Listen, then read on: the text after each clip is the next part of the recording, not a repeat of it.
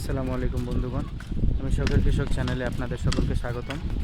বন্ধুগণ, এই হচ্ছে আমার গ্যান্ডারি গাছগুলো, বাইকে আপনারা আখ নামেও চেনেন, এক এক অঞ্চলে এক এক নামে ডাকা হয়। যাই হোক, তো এইগুলো আমি ক্যারেটে উৎপাদন করেছি এবং এইগুলোর বীজ কিভাবে তৈরি করতে হয় বা চারা কিভাবে তৈরি করতে হয় সেটা দেখাচ্ছি।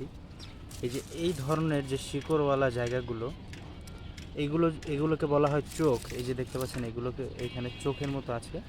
এই যে তো এই চোখগুলোকে কেটে যদি আপনারা মাটিতে স্থাপন করে দেন তাহলেই চারা হবে। এই যে দেখতে পাচ্ছেন, এই যে একটা চোখ আমি ওয়ান টাইমের একটা গ্লাসে রোপণ করেছি এবং দেখতে পাচ্ছেন বেশ কয়েকটা কিন্তু চারা গজিয়ে গিয়েছে। যে এখানে মোটামুটি 1 2 4টা চারা গজিয়ে গিয়েছে।